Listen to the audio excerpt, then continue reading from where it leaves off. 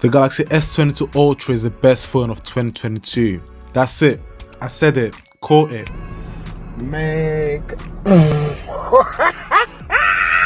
Caught this video when MKBHD does his phone rewards at the end of the year. I've been using the Galaxy S22 Ultra since the 21st of February, and right now it's the best phones you could possibly get your hands on. It has an outstanding screen, amazing battery life, amazing build quality and amazing performance. I got the day 1 update on the 25th of February and I'm currently running the April update, which is the latest one. S22 Ultra is basically a note phone disguised not to be a note. It's got Samsung's iconic boxy shape and it includes the S Pen. The screen on this basis will no surprise the best of the best in 2022. Samsung somehow manages to improve their screen quality year over year, like this is some crazy magic. The phone will come out this year and you think, how can they possibly increase the quality, but somehow they manage to pull it out of the bag. It gets really bright, I mean 1750 nits bright, which is the brightest on any phone by the way. I've always enjoyed watching Netflix and YouTube on this phone. It's always a joy watching content on the S22 Ultra. When you're outside, the 1750 nits really shines because it can get really bright.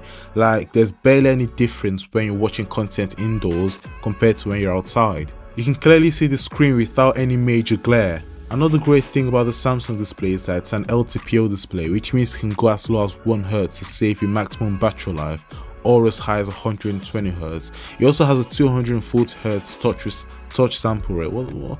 I was going to say touch sample rate, but touch sample rate. This means that your screen will be a lot more responsive. This makes the overall user interface feel so snappy and responsive to every single touch. Now a couple of weeks ago I released the battery saving tip on the S22 Ultra. Now this by no means means that my battery is bad. Before optimizing all the settings I got 7 hours of screen on time, and after following the steps of my video I get 8 hours of screen on time. Those steps aren't necessarily turning off the features you spent a lot of money to pay the phone to get.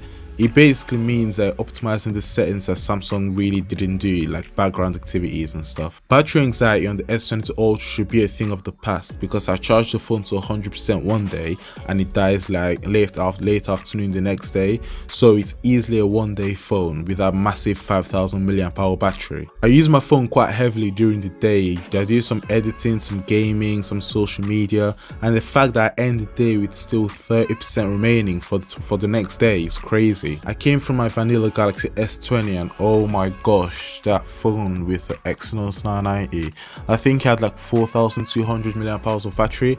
That 4200 mAh of battery paired with the Exynos 990 was like the worst combination you could get.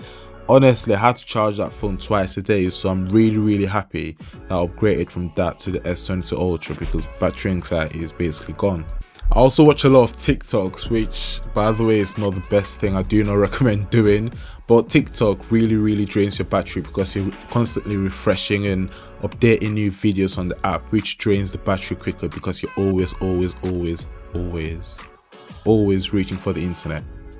That does not make sense, but we'll skip that. If you're an iPhone user and you say, oh, the Galaxy S22 Ultra doesn't last as long as the iPhone 13 Pro Max, well, I'm going to tell you now, shut up.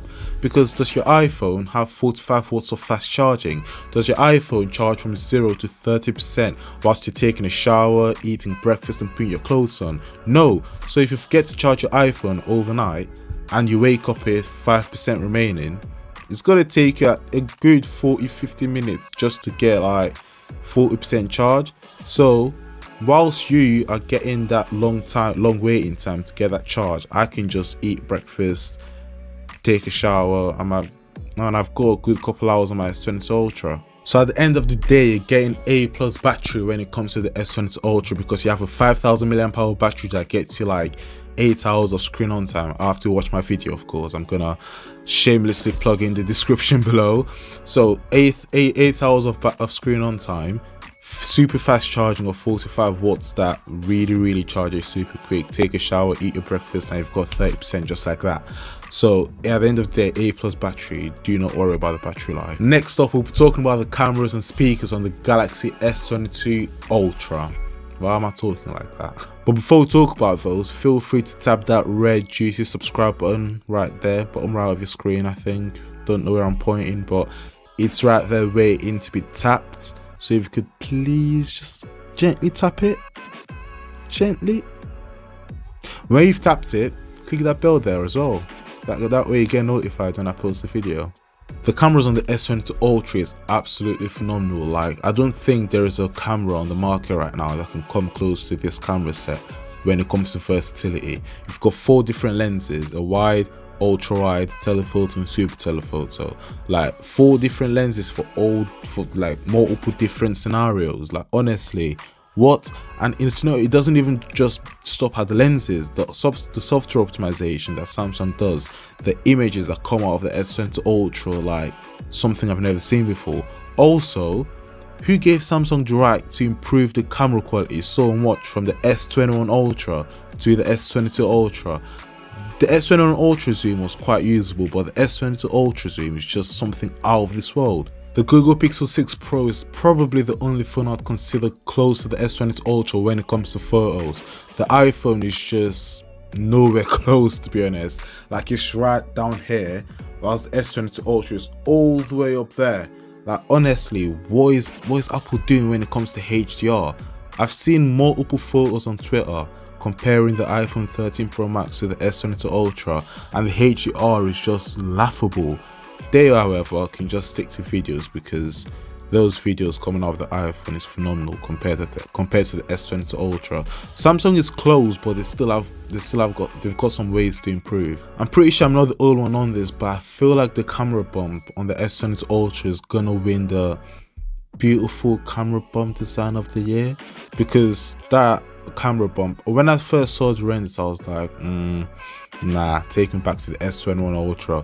But honestly, seeing it in person, especially the Phantom White edition, seeing it in person will honestly change your mind. It's so beautiful. The speakers on the S22 Ultra are great, loud, crisp. There's no problem with the volume. They definitely passed the, what's it called, shout? Yeah, they definitely passed the shower test, because even at full blast, when my shower is at full blast, I can clearly hear the lyrics of the song I'm listening to, so you won't have problems with them in the shower. You can use them as a loud Bluetooth speaker.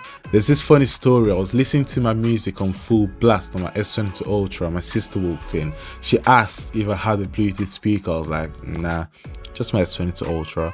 She was absolutely shocked. So the speakers on the S22 Ultra will definitely be pleasing to listen to.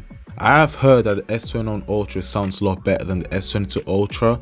I think the reason why this is because the speaker has a lot less space to take up compared to the S21 Ultra, and the reason why is probably because Samsung had to include the S Pen and somehow had to also fit in a 5000 mAh battery. So I think I would have the speakers on the S22 Ultra compared to the greater sounding speakers on the S21 Ultra, whilst having a 5000 mAh battery and including an S Pen. Watch this video here to my battery saving tips on the S22 Ultra. Like and subscribe if you haven't already. Follow me on Twitter and Instagram, link in the description, or just type in Tech for Tech. And I'll catch you in the next one.